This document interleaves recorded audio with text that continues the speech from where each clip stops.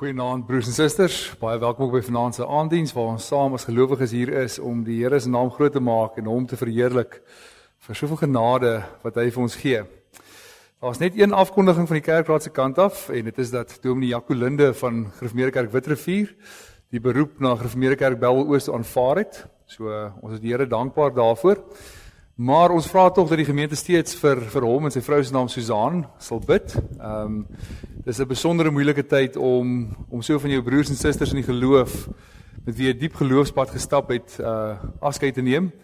Bid vir hom en Susan, maar ook vir die gemeente, dat die Here hulle ook sal troos en ook weer vir hulle 'n herder sal stuur om in hulle midde te wees en te werk.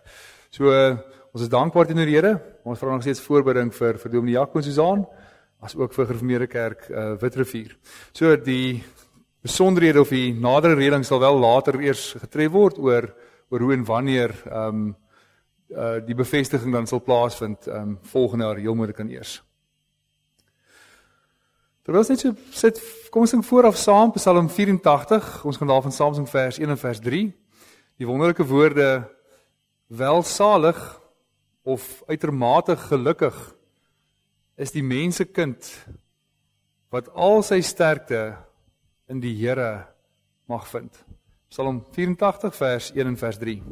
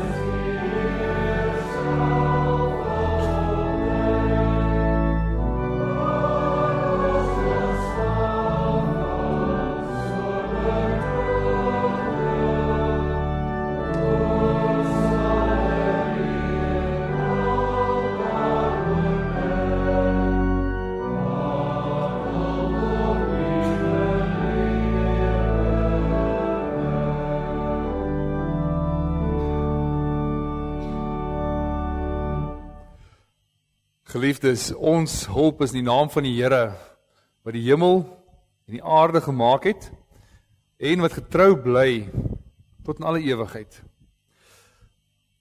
Genade, barmhartigheid en vrede vir julle van God ons Vader en ons Here Jesus Christus deur die kragvolle werking van die Heilige Gees. Amen. Kom ons staan en sing ons ook saam verse 4 en verse 6 van Psalm 84. Die wonderlike vertrouer, dit is son en 'n skild, is ons Here. Hy sal genade gee en eer, want hy word nooit sy woord ontrou nie. Ons staan en sing ons saam Psalm 84 vers 4 en vers 6 en daarna kan ons bly staan vir ons gebed.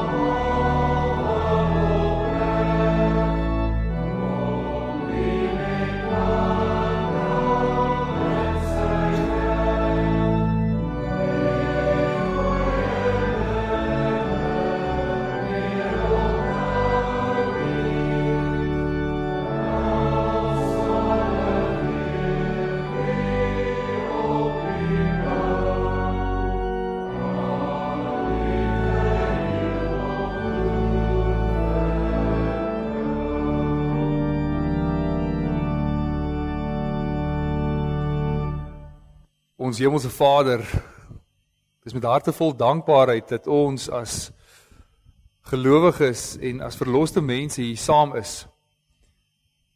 Dat U deur die Gees in ons harte werk om te aanbid en ook om gesamentlik U naam groot te maak, om saam te kom, om U woord aan te hoor, met U te ontmoet, maar ook om U lof te besing vir wie U is.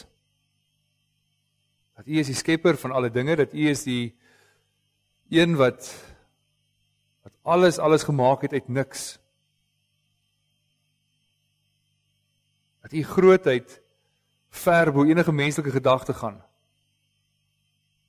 Dat ons in verwondering staan as ons dink wie U is in U heerlikheid en in U almag. Dat U raadsplan deurgevoer word, dat U die wêreldgeskiedenis laat afloop volgens U plan. En daar niks is wat buite U beheer gebeur nie. Nie 'n molekuule wat beweeg wat U nie toelaat om te gebeur nie. En dit bring ons in verwondering as ons oordink oor hoe groot U is in U almag, maar ook in U heerlikheid. Dat U 3 maal heilig is, dat U in U eienskappe perfek is, en nogtans dat U bemoeienis maak, dat U genade bewys met ons as sondaar mense. As ons eie lewe ondersoek en sien hoe baie keer ons tekortskiet, hoe ver ons tekortskiet, dan bring dit ons by 'n beginpunt van die verstaan van U genade. Maar ook daar bely ons dat ons die rykwyte van U liefde nie kan besef nie. Dat daar die hoogte en diepte en wyte ver bo menslike begrip is. Dat U U seun sal stuur, dat U hom sal gee, dat hy die oordeel oor die sonde sal dra, sodat ons met U versoen kan wees, dat ons die ewige lewe kan hê, dat ons 'n nuwe lewe kan leef tot die eer van U naam. En dit bring ons in absolute verwondering voor U. Ons dank U, Here, vir die woord, en ons dank U dat ons vanaand weer uit die woord kan hoor wat U wil vir ons lewe is. Ons bede is dat daar ook opregte ondersoek sal wees. Dat elkeen wat hoor wat die Gees sê, self ondersoek sal doen, baie mooi sal opweeg en kyk of hulle lewe lyk soos U wil hê dit lyk. En dat daar tog beweging sal wees en bekering sal wees na U toe en na U wil. Dat ons as U kerk al hoe meer mag groei in ons heiligmaking, dat U ons al hoe meer sal was deur die water en die woord, om al hoe meer gelykvormig te word aan Jesus Christus. Dis ons begeerte, en daarom bid ons dit ook met opregte harte, dat ons ook nou met aandag sal luister wat U sê. En ons bid dit in Sy naam alleen. Amen.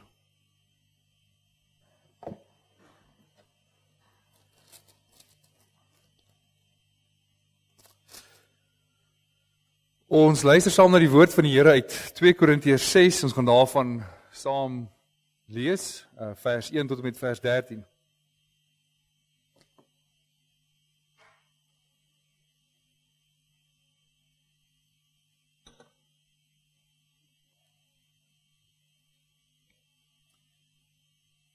(2 Korintiërs 6 vanaf vers 1). As medewerkers van God, doen ons 'n beroep op julle, om te sorg dat julle die genade van God nie te vergeefs ontvang het nie.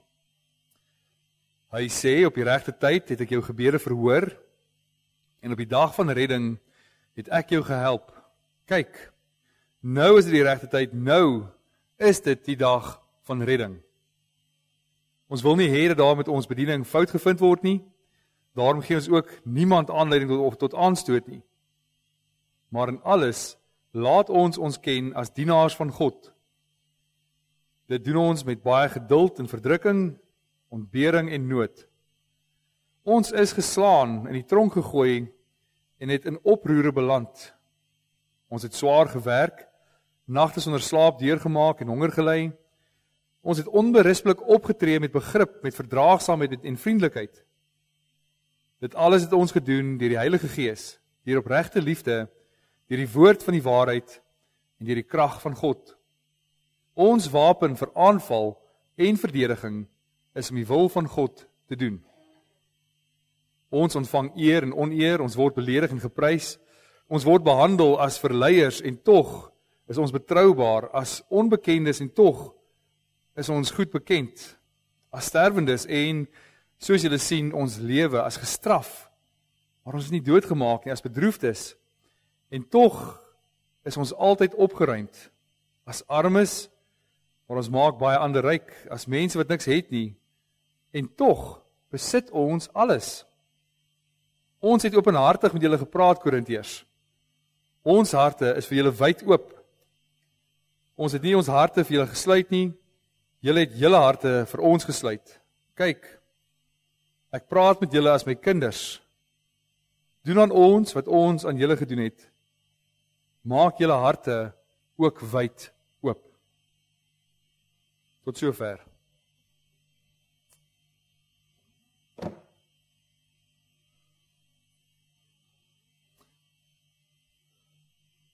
Geliefde broers en susters, wat 'n jammerte is dit nie om te besef dat daar vir die bruid van Jesus Christus gepreek moet word.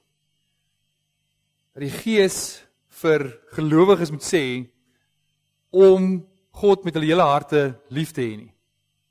Om te bekeer, om weg te draai van die verkeerde dade, om die Here met alles te aanbid vanweë wat hy vir ons gedoen het. Hoe jammer is dit dat gelowiges so maklik van stryk gebring word op hulle geloofspad. Dat hierdie lewe vir jou soveel afleiding bring, of dat jy veel eerder jou lewe net op jouself wil fokus, jouself in die middel van alles wil plaas, dat die Here nie meer die belangrikste in my lewe is nie, my verhouding met hom nie die belangrikste is nie, maar dat ek myself daar gaan plaas en vir myself lewe, eerder as om God net met alles lief te hê en in alles, in elke besluit, in elke woord, in elke handeling van jou geloof uit te leef en te besluit en te bepaal, hoe kan ek die Here nou die meeste verheerlik in wat ek nou doen hier waar ek is? Hoe kan ek intentioneel nou leef en my geloof hier uitdruk in die omstandighede waar ek nou is? En tog is dit die werklikheid. Tog is dit die kerk van die Here die geloofsuitlewing beleef. En ook in Bellville-Oos. Dis nie asof elke lidmaat wat op die boeke is, hulle kruis optel en die Here volg nie. Dis nie asof elke lidmaat van hierdie gemeente die Here liefhet met alles in hulle nie. En juist daarom moet gelowiges deurlopend deur die woord en die Gees opgeroep word om die Here lief te hê, om die Here te volg met alles wat hulle het. Gelowiges word opgeroep om hulle geloof uit te leef.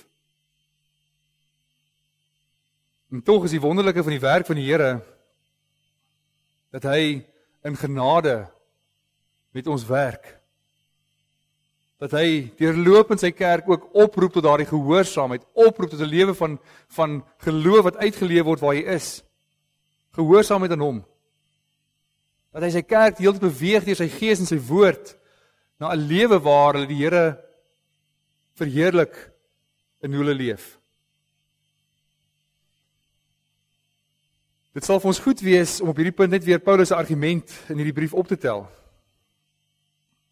Paulus se verhouding met die gemeente Korinte is nie op 'n goeie voet nie. Is nie op die beste voet nie. Daar was 'n baie gespanne verhouding tussen hom en hierdie gemeente, want daar was 'n misverstand en ook kwade gevoelens oor 'n reisplan, oor Paulus se reisplan wat verander het.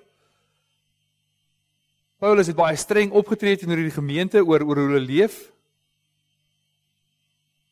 En ook moes Paulus sy apostoliese gesag aan hierdie gemeente verdedig. Dat hy 'n ware apostel van die Here is. En juis omdat hy soveel dinge deurgemaak het, juis omdat hy so harde pad moes gestap het vir die evangelie. En nou kom daar stemme op wat sê, maar hy kan nie 'n ware apostel wees, want kyk hoe lyk sy lewe. Kyk hoe lyk hy uiterlik. Kyk hoe swaar leef hy, kyk hoe swaar het hy dit. Hy het nie die materiële seën wat die Here vir hom moet gee nie, so hy kan nie 'n ware apostel wees nie. En op die laaste punt het Paulus genoem, juist dat hulle maar kleipotte is, ons as mense is maar kleipotte wat maklik breek, wat lyding deurmaak, en deur dit word God verheerlik. En deur dit word ons geloof gevorm. En dat ons verlossing gaan nie net daaroor om eendag hemel toe te gaan nie, ons verlossing gaan oor nou en hoe ons nou leef. Dat ons lewe nou sal lyk soos Christus se lewe lyk. Jy is daarom al hoe meer gehoorsaam aan die wil van die Here, al hoe meer koninkryksgerig, al hoe meer God in die middelpunt van my lewe. So die gemeente in Korinthe moet kan antwoord, hulle leef nie nou hulle beste lewe nie. Hulle self nie gaan in 'n gemaklike loopgraaf van ingrawe of dat hulle kan gemaklik leef nie. Want die lewe gaan nie net nou oor die uiterlike nie. En daarom het hy ook in die vorige gedeelte die skerpunt van die argument gekom, waar hy vir hulle sê, maar volg my. Jou lewe moet so lyk. Hy sê vir hulle, dit kan nie anders nie, want die liefde van Christus dwing hom daartoe. Dat die evangelie wat hy verkondig aan mense, maak dit nie anders kan nie. Maak dit nie anders kan as om self opofferend te leef nie. Dit dryf hom om al hoe meer opofferinge te maak ten koste van homself, om al hoe meer te leef vir ander mense. En daarom het hy ook gesê dat een het gesterwe, sodat almal kan sterwe. Met ander woorde, Christus het gesterf, sodat hulle wat lewe nie meer vir hulle self sal lewe nie, maar dat hulle sal sterwe ook in hulle self. Dat hulle dood is vir die sonde, dood is vir hulle self, vir die selfgerigtheid. So die gepaste reaksie op die evangelie is, dat ek nie net intellektueel moet instem en sê, ja, dit is waar. Ek stem saam met al die dogma van die kerk, dit is waar. Maar dit verander nie my lewe nie. Maar dit gaan daaroor dat my hele lewe sal verander, my hele lewe doelgerig geleef sal word vir die Here. En daarom het Paulus vir hulle gesê, aanvaar die versoening. Dit beteken nie dat daar 'n wortelbekering moes plaasvind nie, dat dit klaar gebeur. Maar dit daar beteken dat hulle self sal oorgee, besef opnuut die Here se liefde. Besef wat dit beteken dat die Here jou van die ewige hel, die ewige straf van God verlos het. Besef wat dit beteken, want dit beweeg jou om nou te leef, nie vir jouself nie. Maar jy word voortgebeur deur die liefde van God om ook ander mense lief te hê en vir hulle te leef. En dit bring ons by hierdie gedeelte wat ons nou saam gelees het, waar Paulus nou verder gaan op hierdie selfde argument. Hy is nog nie klaar nie. Hy hou aan met hierdie selfde argument, hy gaan voort daarmee. Hy sê ons is medewerkers van God, hy en die ander apostels of hulle wat saam met hom is. En is nou baie duidelik dat hy nog steeds op dieselfde gedagte van selfopoffering en van lewensverandering voortgaan. Sorg dat julle nie die genade van God te vergeefs ontvang het nie. Sorg dat julle nie die genade van God te vergeefs ontvang het nie. En nou ons baie mooi vir mekaar sê, ons besef, maar die genade van die Here het hulle klaar bereik. Dis nie asof hulle nog nie die genade van die Here ken nie. En nou gaan Paulus, en hy gaan uit Jesaja uit vir hulle aanhaal, om vir hulle aan te dui dat waarvan Jesaja praat, is presies so van toepassing op hulle situasie. En hy haal die van Jesaja 49 vers 8 aan, en dit klink soos volg. So sê die Here, in die tyd van welbehae het ek jou verhoor. In die dag van huil het ek jou gehelp. En nou is dit baie opmerklik om te hoor hoe die genade van die Here die mens bereik het. Dat die aanhaling sê dat daar was eers gebede, die Here het hulle verhoor, hy het gehoor daar's 'n uitroep na hom toe, en die Here verhoor daardie gebede, en die Here stuur iemand na hulle toe, om die woord te verkondig, om die genade aan hulle te verkondig. Daar was dus 'n werking van mense wat soekend is na die ware God en die Here wat hulle ken en iemand stuur na hulle toe om die evangelie te verkondig. Verder in Jesaja 49 het God in die vorige hoofstuk met Israel gepraat, maar hier in Jesaja 49 sê hy roep nou almal, nie net Israel nie, maar die eilande, die heidene nasies, om aandag te gee. Dat die goeie nuus is vir almal bedoel. En dis wat Paulus in homself sien, hy is die apostel vir die heidene. Dis hy wat gestuur word om die evangelie te gaan verkondig vir ander mense. Maar wat nog meer betrekking het op Paulus se aanhaling, is dat die een wat die boodskap verkondig, het 'n goddelike aanstelling, 'n goddelike roeping. In Jesaja word daar gesê dat die Here hom al voor sy geboorte geroep het om te verkondig. Hy het hom al reeds in sy moeder skoot hierdie taak opgelê om die evangelie te gaan verkondig aan mense. God het hom toegerus daarvoor en sy woord is soos 'n skerp swaard, soos 'n pyl gemaak wat deursny deur dinge, deur die duisternis, deur die werke van die bose, juis om mense se harte te bekeer, dat hulle terugdraai na God toe. So in die regte tyd sê hy stuur die Here boodskappers, hy stuur mense na die wêreld toe om die boodskap te verkondig. Soos die Here Jesaja opgewek het om deur hom te preek om mense uit Babylon uit terug te bring en die mense die eilande te roep, so sê hy dieselfde met hom. Die Here het hom daartoe geroep as hierdie spreker van die Here om die Korintiërs te vertroos en te vermaan. En hy sê nou dat dit vandag daardie tyd is, die dag van redding dui op die bekering van sonde, dit dui op dat is vandag die tyd wat hulle moet terugdraai na die Here toe.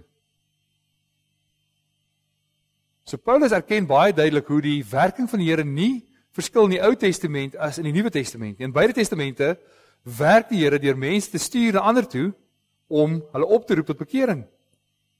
Vir Paulus was dit om gestuur te word ook na die Korinte toe.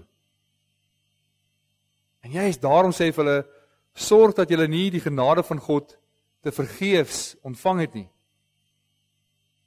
Hy sê in die vorige hoofstuk, hulle tree op as gesante, maar nou sê is ons medewerkers van God. Ons as medewerkers kom ons verkondig hierdie boodskap aan julle. So hy besef dat die werk wat hy doen, net soos Jesaja, is God se werk en dat hulle as mense saamkom of saam geroep word om as medewerkers ook hierdie werk te doen. So deur die eeue heen is dit God wat werk. Dis hy wat mense roep, dis hy wat mense opwek om te gaan, om die boodskap te verkondig en die evangelie in hulle oor te dra. En ons bely ook hierdie selfde in die Dordtse leerreëls in die eerste hoofstuk. Ons sê daar om mense tot geloof te bring, stuur God uit genade verkondigers van hierdie vreugdevolle boodskap na wie hy wil en wanneer hy wil. Deur hulle diens word mense geroep tot bekering en die geloof in Christus, die gekruisigde. En tog kom hy nou en hy doen 'n beroep op die Korinte wat al reeds tot geloof gekom het, wat al reeds die wortelbekering gehad.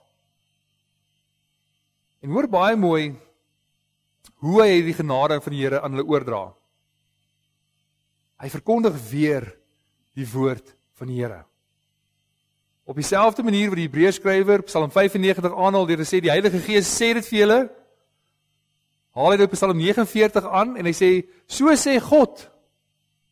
Nie hy het gesê nie, hy sê dit vandag vir julle, dis vandag van toepassing op hulle wat hoor. Dis nie iets wat verbygegaan het en nie meer van toepassing is nie. Hierdie oproep tot bekering dat die genade nie verniet moet wees nie, is vandag vir julle geldig. Dis nie net vir die historiese konteks waar nie, maar is ook waar Paulus nou gestuur word en die evangelie te verkondig. Hy verstaan baie mooi wat dit beteken om 'n medewerker van God te wees. As 'n medewerker kom hy nie en hy dra sy eie idees oor en hy het hierdie oulike ding gehoor en hy het hierdie verhaaltjie wat hy graag wil vertel vir die gemeente nie. Hy sê vir hulle as medewerker, hier is die woord van die Here, dis wat die Here sê. Dis wat dit beteken om 'n medewerker van God te wees. En sy bede is dat nie daardie werking van die Here, daardie genade van die Here te vergeefs ontvang het nie. En dink jouself in vir 'n oomblik wat dit beteken om iets te vergeefs te doen. Jy kan ook in jou menslike werke dink aan dinge. Ek het byvoorbeeld gedink, een van my studente in die vorige gemeente het 'n jaar en 'n half lank studeer en toe die universiteit waar hy aanlyn ingeskryf het gevou en nie meer verder bestaan nie. Hy het 'n jaar en 'n half studeer te vergeefs. Dit het al glad nie gehelp op pad vorentoe nie en sy moet van voor af weer begin by 'n volgende universiteit waar dit erken word. Mens dink aan jy wil dalk jaag om betyds te wees by die winkel en jy ry so vinnig as jy kan net om 'n minuut later te kom en is te vergeefs dat jy in jou kar geklim het en gejaag het.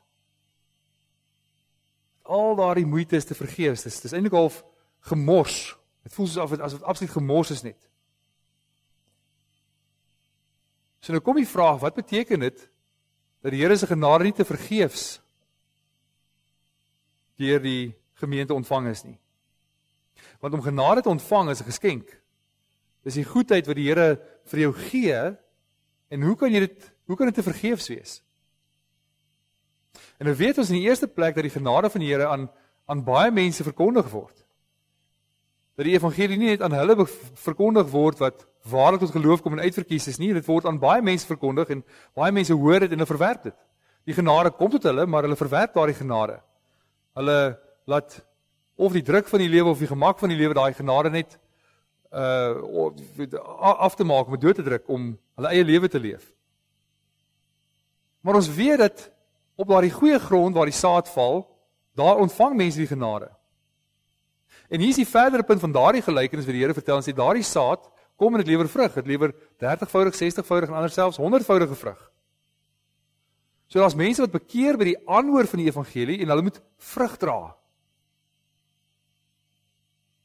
So eintlik wat moet gebeur by elke plek waar daardie saad gesaai word op daai goeie grond, met al daardie saadjies 100voudige vrug dra. Al dit moet soveel as moontlik goeie werke, geloofswerke tot stand bring.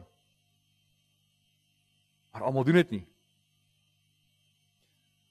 So het gebeur dat mense hierdie genade van die Here ontvang, hulle word verlos in en alleenlik op grond van die werk van Jesus Christus. Hulle weet dit. Hulle is lidmate van kerke reg oor die wêreld.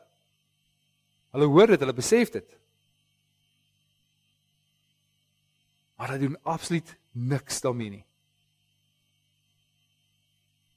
Hulle werk nie aan hulle geloof nie. Hulle dink dit is 'n baie gemaklike leerstelling, 'n baie troostvolle leerstelling om te sê goed, maar nou kan ek nou my beste lewe nou leef en eendag ook my heel beste lewe leef. 'n Lewe van verlossing wat ek absoluut myself 'n gemak kan inrig hierso en my lewe lyk nog presies dieselfde na my bekering as voor my bekering. Daar's niks wat dramaties verander het in my lewe omdat ek nou 'n gelowige is nie. Maar 'n gelowige ontvang geloof. Dis 'n geskenk wat die Here vir jou gee. En jou werk as gelowige is om hierdie geloof uit te leef, om te werk aan daardie geloof. Jou werk as gelowige is om goeie vrug te dra deur daardie geloof toe te pas in jou omstandighede. Jy moet alles in jou vermoë doen om daardie goeie werke in goeie vrug ook, of daai geloof in goeie vrug ook uit te druk. Om die wil van die Here te doen uit ware geloof tot sy eer.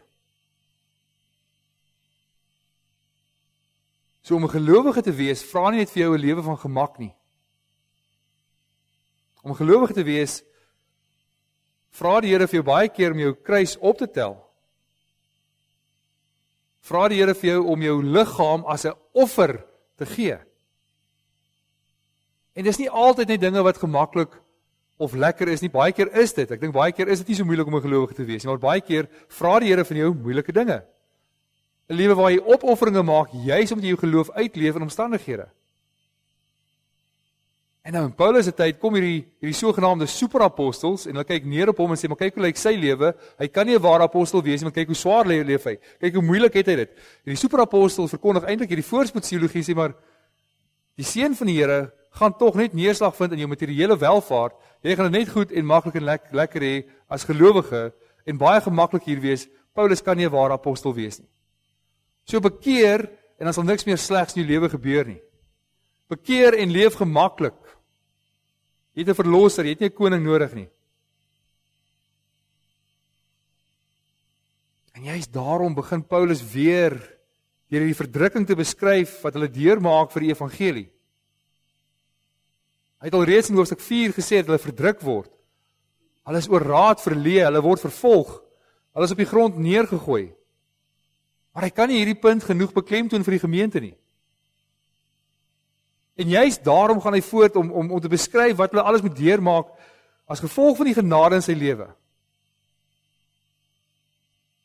Dat sy lewe is 'n lewe waarop die genade nie gemors is nie. Dit is nie te vergeefs dat hy genade ontvang het nie.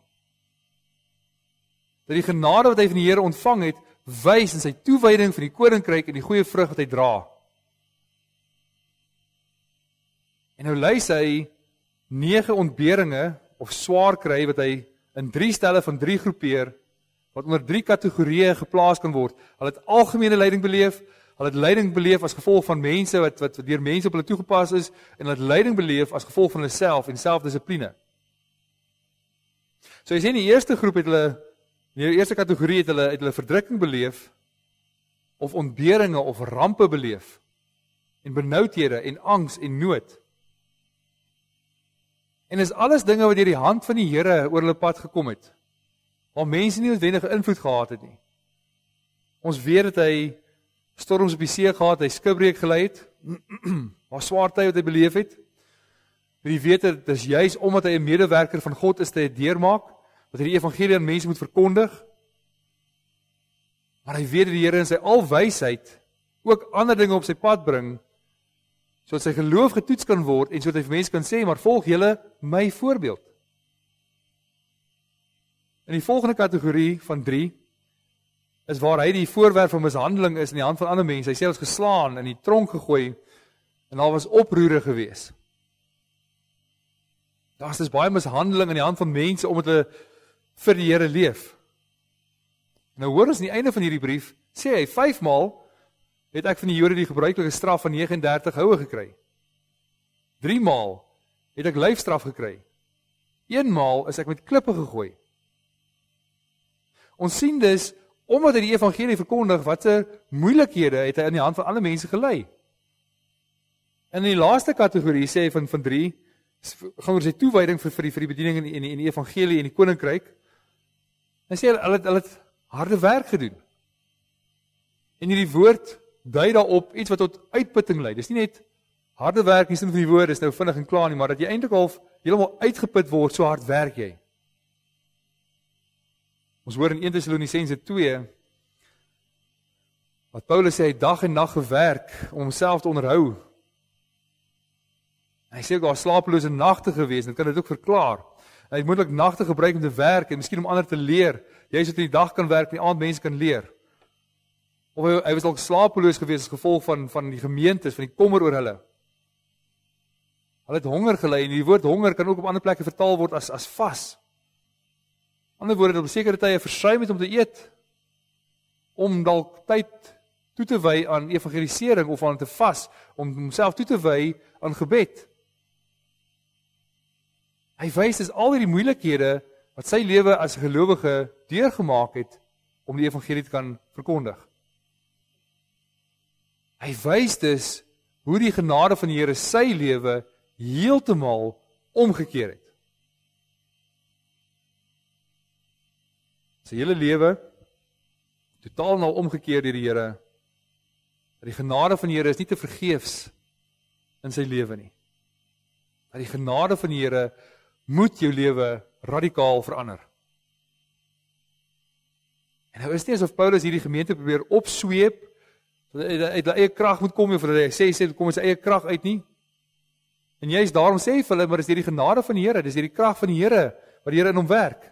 Hy sê, ek het gedoen deur die Gees, deur die Heilige Gees. En opregte liefde. Deur die woord van waarheid en deur die krag van God. Hy is dus bewus daarvan dat die Here hom nie aan homself oorlaat en sê, maar daar gaan jy, en jy word in swaar kry oorgelaat en sterk in jou pad vorentoe nie.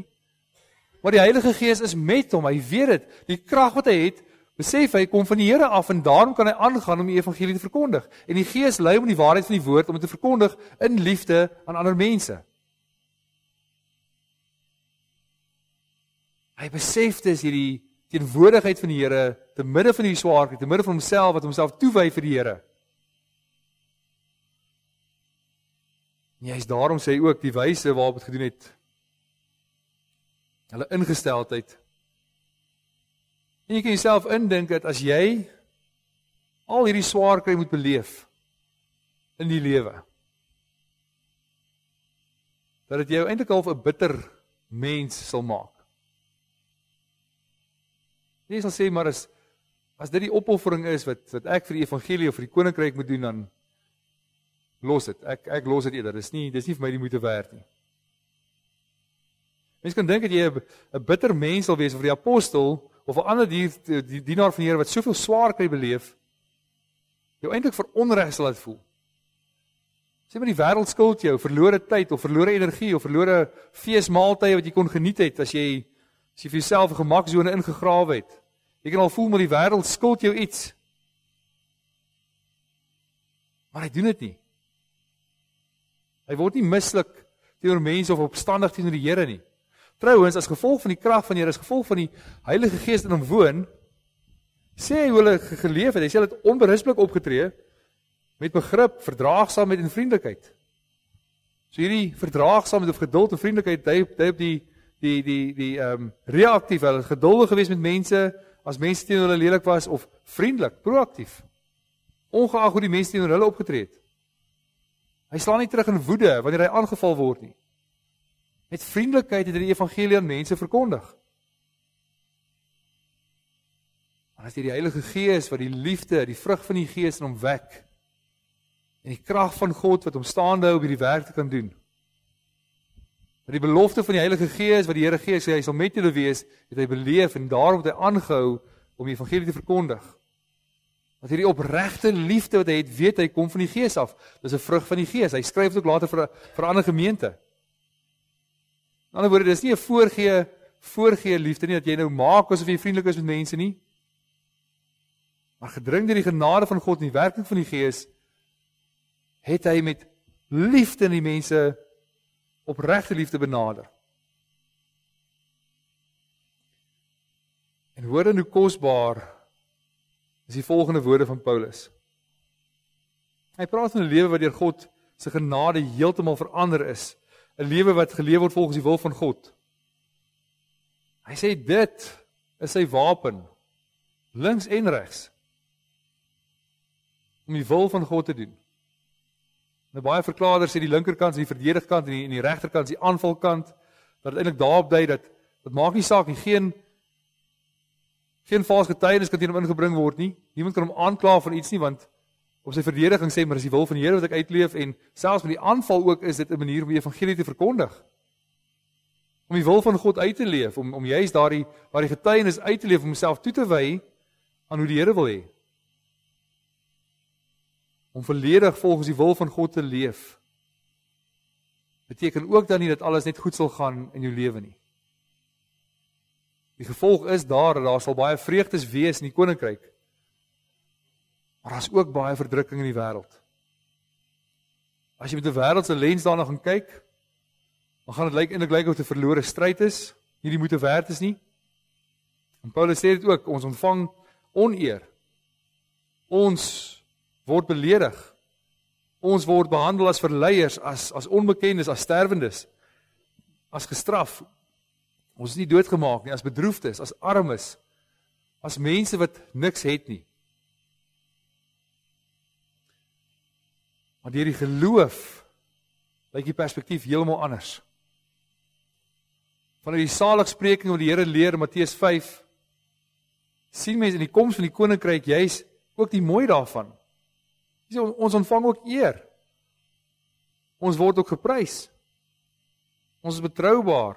Ons is goed bekend. Ons lewe, ons is altyd opgeruimd. Ons maak baie ander ryk. En tog besit ons ook alles.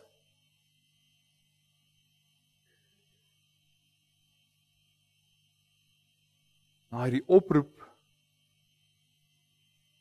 dat die gemeente na hulle lewe moet kyk,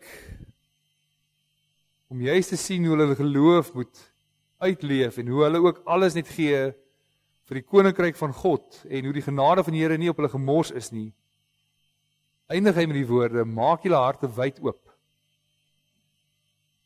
Nie dink ons het ons harte vir julle toegemaak in die gemeente.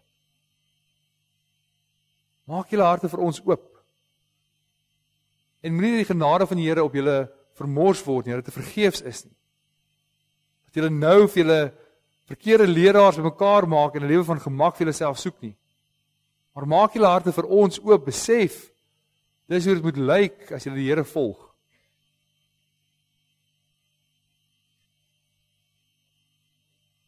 Broer en suster, dit bring ons ook vir die vraag, hoe lyk jou lewe?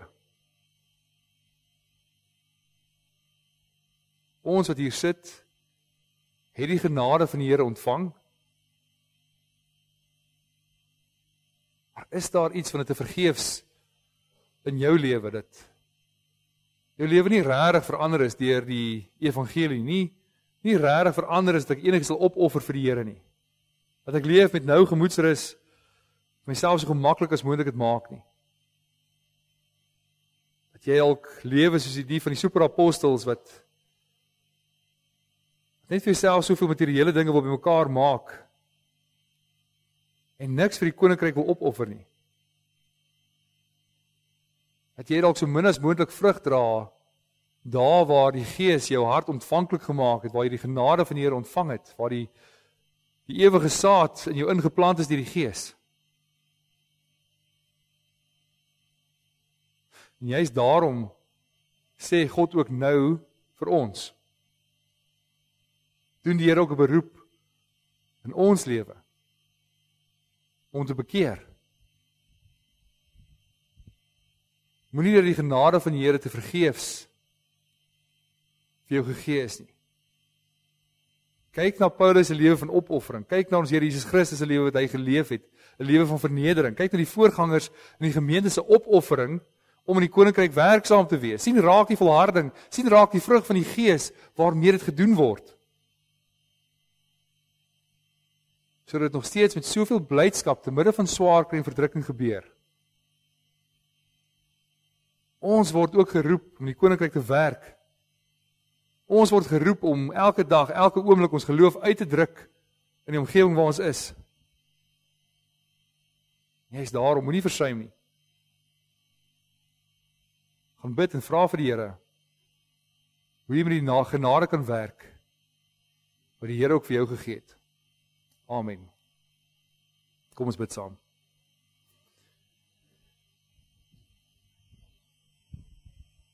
Ons Vader in die hemel, ons dankie Here dat ons kan bely dat ons ook ontvangers van die genade is. Dat U in die grootheid en die goedheid gekies het en ons gekies het om die genade oor ons uit te stort. En so oorvloedig. Dat ons al die hemelse seën ontvang, dat U ons uitverkies het, deur die seën regverdig maak en deur die Gees beseël. En mag ons juist daarom beweeg word, mag ons daarom verander word in ons lewe om ons geloof ten volle uit te leef in alle omstandighede. Dat daar waar daar versoekinge is, ons U woord sal aanhaal, ons geloof sal toepas. Daar waar daar beproewinge is, dat ons U wil sal vra en U tot wysheid sal bid.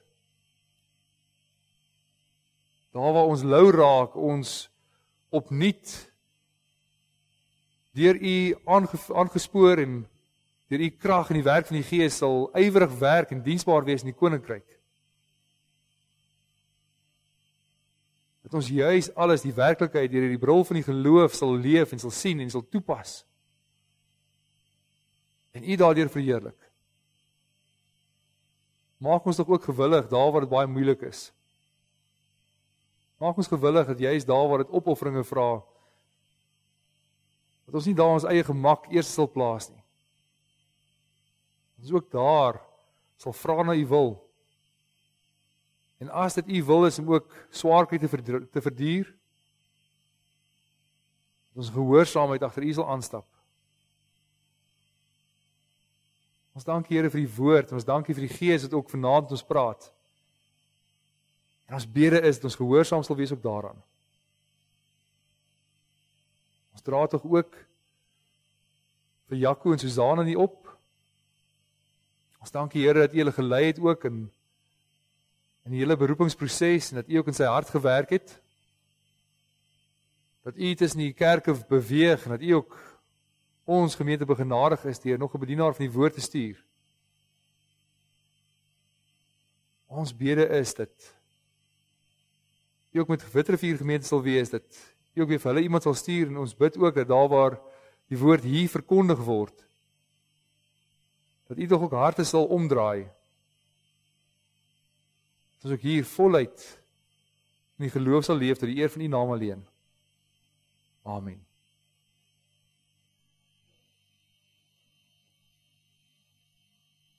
Onthou jy kan die liefde gawe ook afdra deur 'n EFT of deur Zapper of dan ook by die deure. Kom ons staan en sing ons saam ten slotte Psalm 145, ons sing vers 1, vers 4, 8 en 9. Ons sing die mooi woorde: U is genadig en vir almal goed. En in sy genade sal die Here hulle sien wat voor hom buig. En ek sal die lof verkondig van die Here.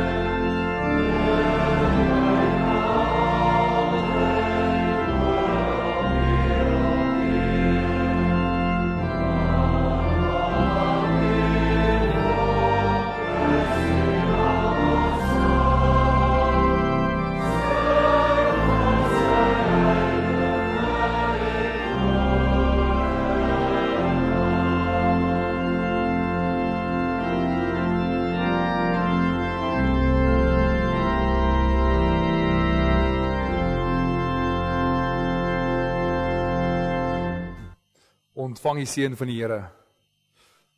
Die genade van ons Here Jesus Christus en die liefde van God ons Vader en die gemeenskap van die Heilige Gees is en bly by elkeen van u. Amen.